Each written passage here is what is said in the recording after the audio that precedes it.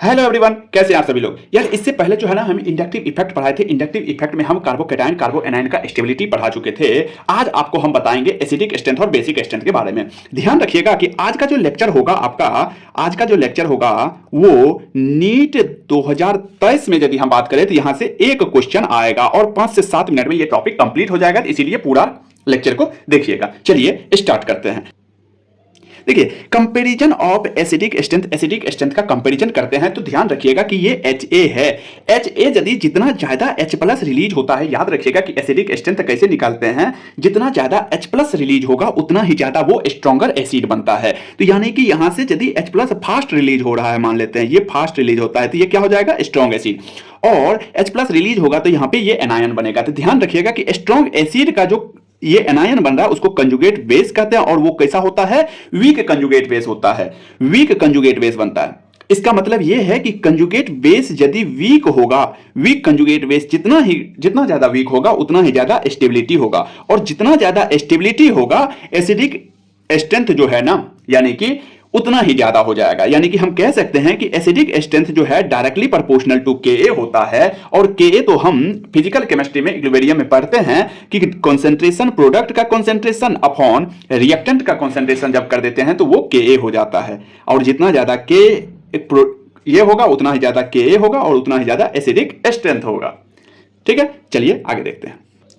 देखिए, acidic strength की यदि बात कर लेते हैं तो अभी देखें कि acidic strength directly proportional to Ka होता है। देखिए, ए से एसिडिक होता है, एक ए से ऐसे ध्यान रखिएगा कि ए डायरेक्ट Ka आ जाएगा तो एसिडिक स्ट्रेंथ हो जाता है। यदि उसमें P लगा हुआ हो, यदि pKa लगा हुआ हो तो वो इनवर्स रिलेशन होता है। आप जा करके यदि जीओसी फर्स्ट का क्वेश्चन देखेंगे तो या तो एसिडिक स्ट्रेंथ पूछा है, या तो Ka पूछा, या तो pKa पूछा, या तो बेसिक स्ट्रेंथ पूछता है, या तो Kb पूछेगा या pKb पूछेगा। अभी बेसिक स्ट्रेंथ भी पढ़ाएंगे। तो इसी तरह से यही ध्यान रखिएगा कि एसिडिक स्ट्रेंथ डायरेक्टली प्रोपोर्शनल होता है Ka का और इनवर्सली प्रोपोर्शनल होता है pKa का।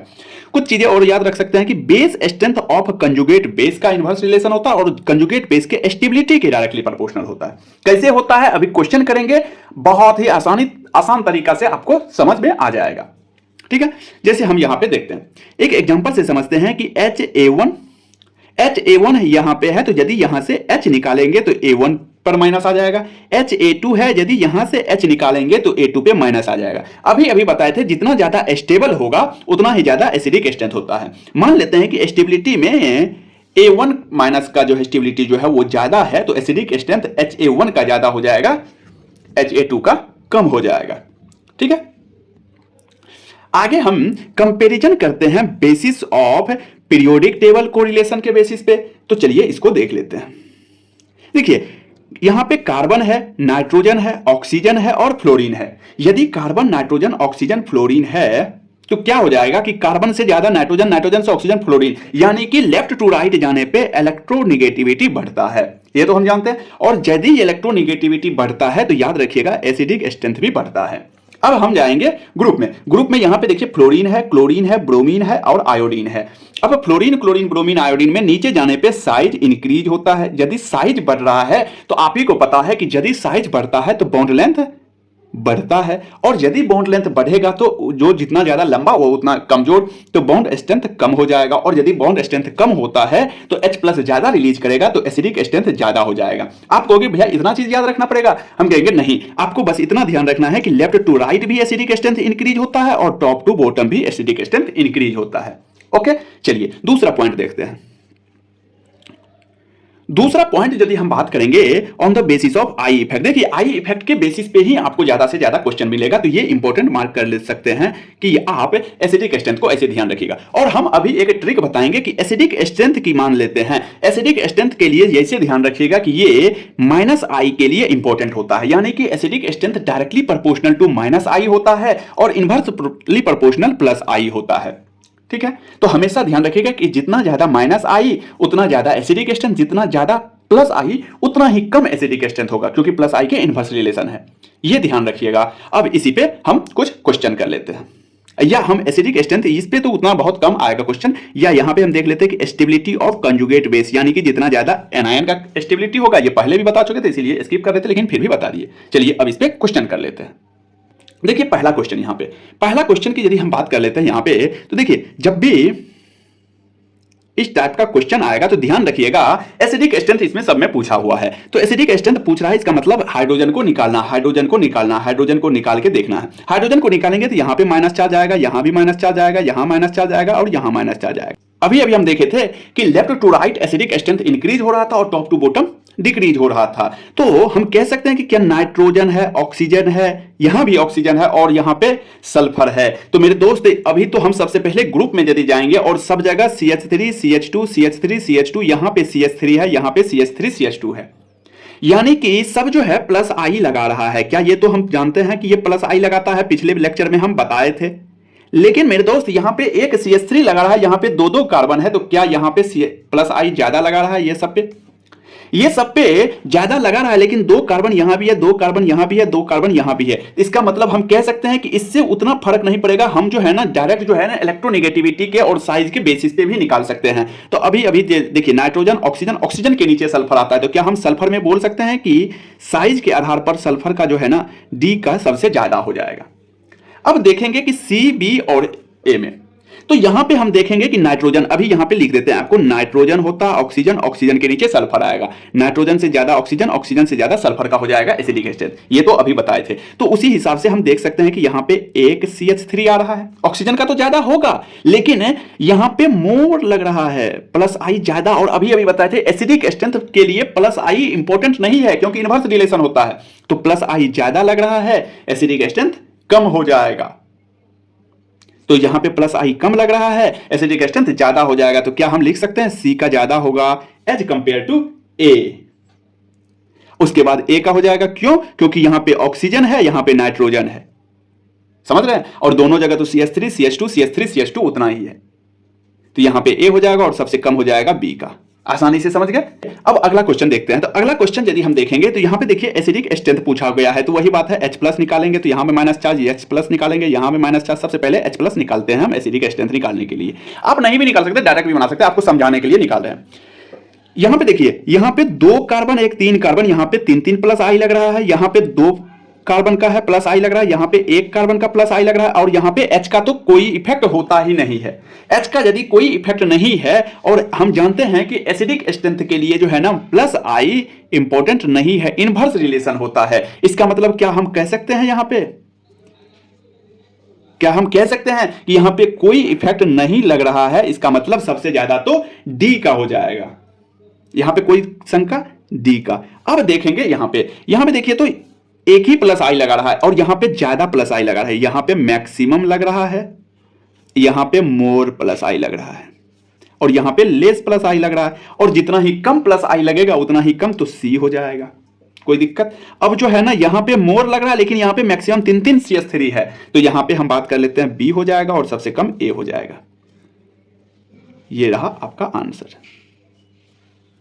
ओके, चलिए अगला क्वेश्चन देखते हैं। अगला क्वेश्चन जो है ना हम बात करेंगे, यहां पे देखिए कि एसिडिक स्ट्रेंथ पूछ रहा है, तो यहां पे माइनस H+ निकालेंगे, यहां माइनस और H+ निकालेंगे तो यहां माइनस हो जाएगा। अब देखिए ये Cl क्या कर रहा है, Cl क्या कर रहा है, Cl क्या कर रहा है, माइनस आई लगा रहा है। माइनस आई एसिडिक स्ट्रेंथ के लिए इंपॉर्टेंट बात है, लेकिन सब जगह एक एक माइनस आई लगा रहा है, तो भाई ये तो फिर दिक्कत हो गया। अब दिक्कत हो गया तो आपको हम पिछले लेक्चर में बताए थे डिस्टेंस फैक्टर, कि जितना ज्यादा प्लस माइनस आई है और ये माइनस आई माइनस के लिए इंपॉर्टेंट होता है, तो जितना नजदीक होगा ना उतना ज्यादा उसका स्ट्रेंथ होगा। तो ये माइनस आई नजदीक है तो एसिडिक स्ट्रेंथ के लिए ये ज्यादा स्टेबिलिटी होगा, यानी कि माइनस चार्ज हो गया, माइनस चार्ज के लिए स्टेबिलिटी, जितना ज्यादा स्टेबल उतना ज्यादा एसिडिक स्ट्रेंथ।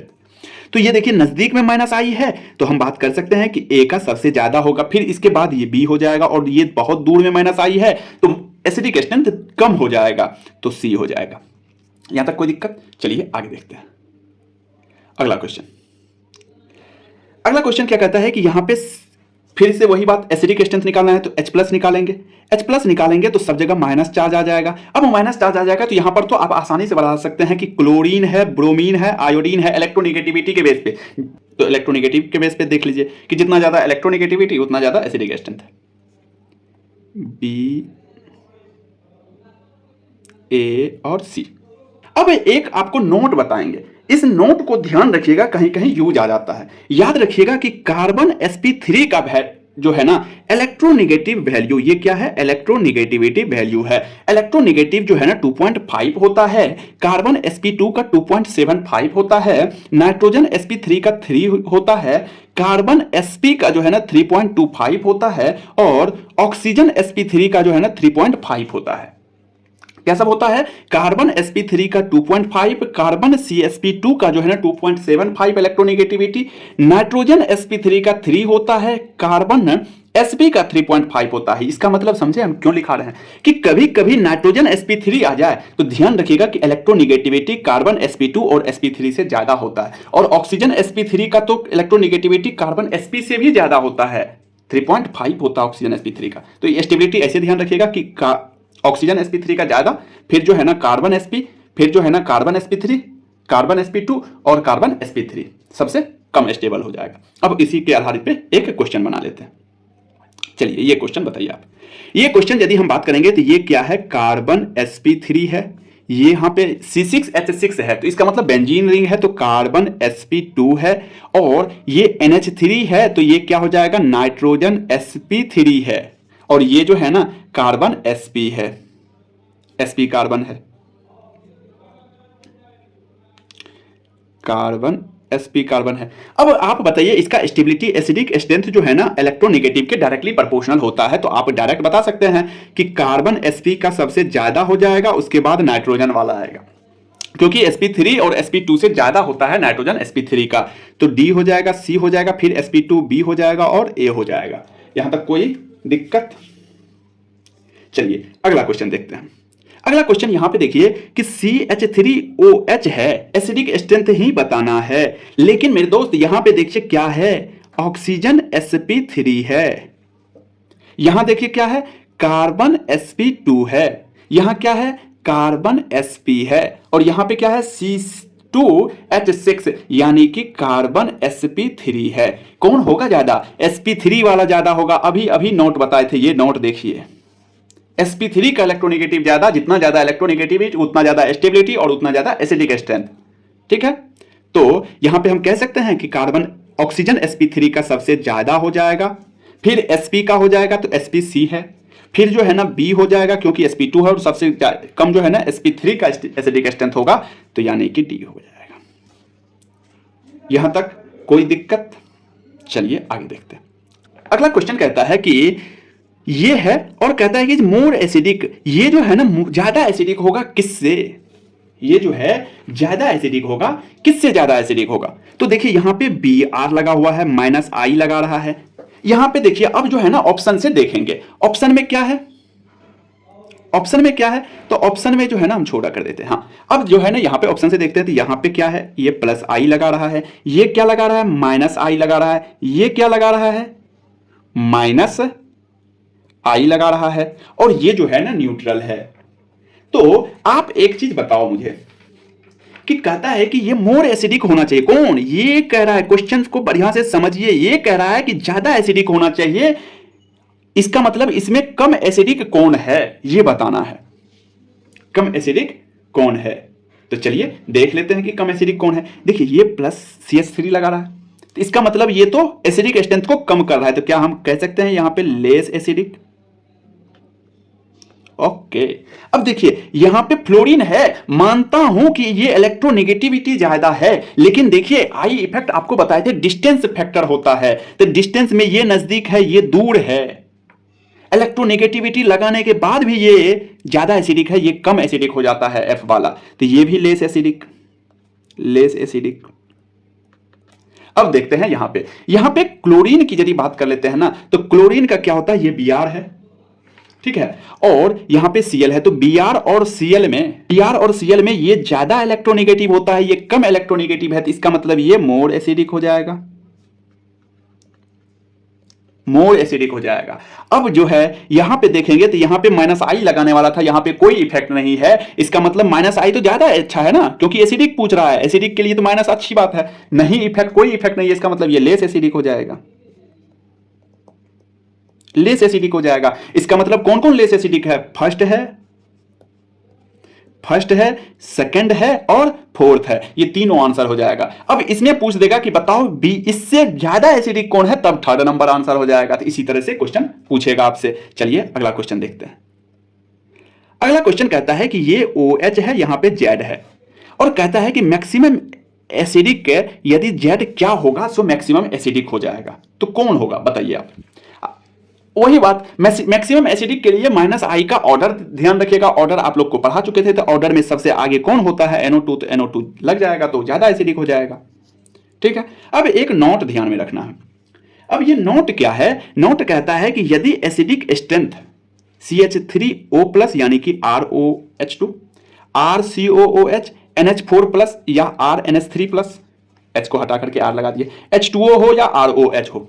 ठीक है, इसका याद रखिएगा कि pKa वैल्यू क्या होता है।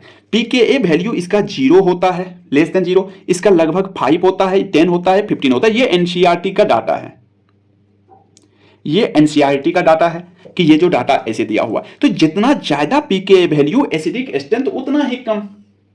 तो pKa वैल्यू इसका ज्यादा, अभी बताए थे कि एसिडिक स्ट्रेंथ, ध्यान रखिए इनवर्स रिलेशन होता है pKa का, जितना ज्यादा pKa उतना ही कम एसिडिक स्ट्रेंथ हो जाएगा। तो यानी कि हम बात कर लेते इसका एसिडिक स्ट्रेंथ सबसे कम और सबसे ज्यादा हो जाएगा लेस देन 0 वाले का एसिडिक स्ट्रेंथ, क्योंकि pKa वैल्यू सबसे कम है। ठीक है, देखिए यहां तक था एसिडिक स्ट्रेंथ का। अब हम बात करेंगे बेसिक स्ट्रेंथ पे और कुछ क्वेश्चन करेंगे। और क्वेश्चन जो है ना एक आ सकता है, इसलिए पूरा देख ही लीजिए।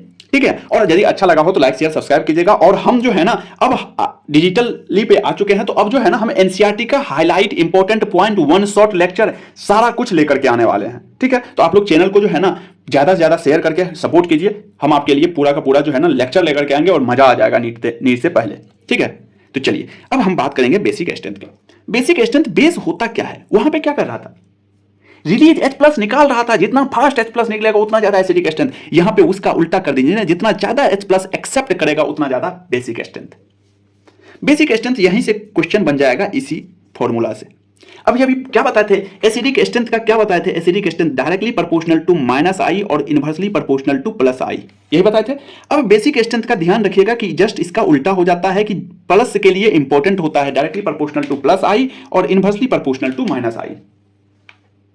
अब इस पे कुछ क्वेश्चन कर लेते हैं। तो चलिए देखिए, बेसिक स्ट्रेंथ ऑर्डर बताना है। बेसिक स्ट्रेंथ ऑर्डर में हम यानी कि H+ दे करके बात करते हैं। H+ देने लेने का बात नहीं, सीधा +I -I पे खेलते हैं अपना लोग। ठीक है, तो चलिए पहला क्वेश्चन, पहला क्वेश्चन में देखिए यहाँ पे CH3 है, यहाँ पे +I लगा रहा है, ये है +I लगा रहा है, और यहाँ पे भी +I लग रहा है, यहाँ पे दो +I लग रहा है। देखिए आप कहिएगा कि भैया इसका ज्यादा होगा किसका। आप एक चीज बताओ, एक जो है ना एक साथ दो आदमी है, ठीक है, और वो लगा रहा है और दो अलग अलग लोग इस पे लगा रहा है, तो मानते हैं कि इससे ज्यादा +I इसका होता है। लेकिन दो अलग अलग तरीका से जब इसको टॉर्चर किया जा रहा है ना, तो इसका ज्यादा वैल्यू हो जाएगा, तो ये मैक्सिमम +I हो जाएगा।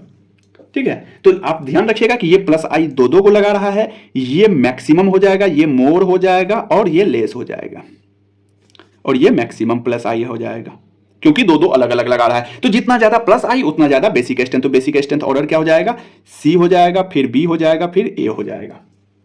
ठीक है, अगला क्वेश्चन देखते हैं। यहां पे अगला क्वेश्चन क्या है, Cl है, CH2 NH2 NO2, ये कुछ नहीं है, NO2 CH3 NH2 PH CH2 NH CH3 और ये।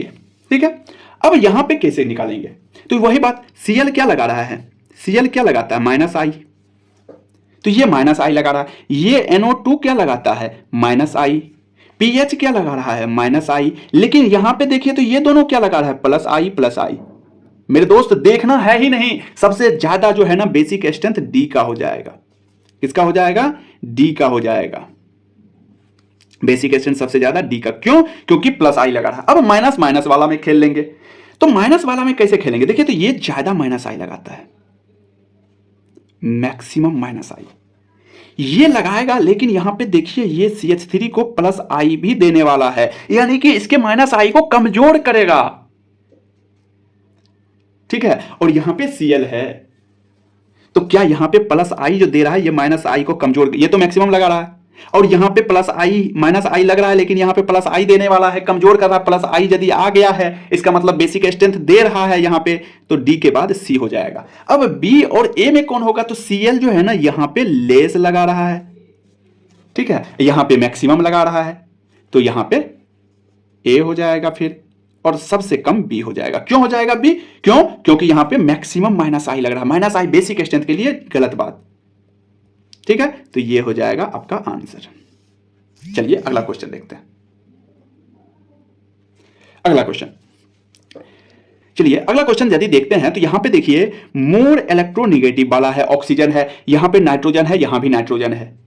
ओहो, यानी कि यहां पे हम नाइट्रोजन और ऑक्सीजन में हम यदि बात करें तो मोर इलेक्ट्रोनेगेटिव, और यदि मोर इलेक्ट्रोनेगेटिव वाला आ गया है तो मेरे दोस्त अभी अभी बताए थे एसिडिक स्ट्रेंथ ज्यादा इंपॉर्टेंट होता है, डायरेक्टली प्रोपोर्शनल टू इलेक्ट्रोनेगेटिव होता है, तो बेसिक स्ट्रेंथ स्वाभाविक सी बात है कम होगा। तो मोर EN लेस बेसिक, बेसिक कम होगा। अब NH3 है और RNH2 है। R क्या है? Alkyl group. एल्काइल ग्रुप क्या लगाता है? प्लस आई लगाता है। ओहो, बात तो बन गया। तो यानी कि बेसिक स्ट्रेंथ यदि निकालेंगे तो मेरे दोस्त प्लस वाला सबसे ज्यादा हो जाएगा, तो C हो जाएगा, सबसे ज्यादा C। फिर जो है ना क्या हो जाएगा? B, और सबसे कम A हो जाएगा। क्यों? क्योंकि more electronegative less basic, CBA।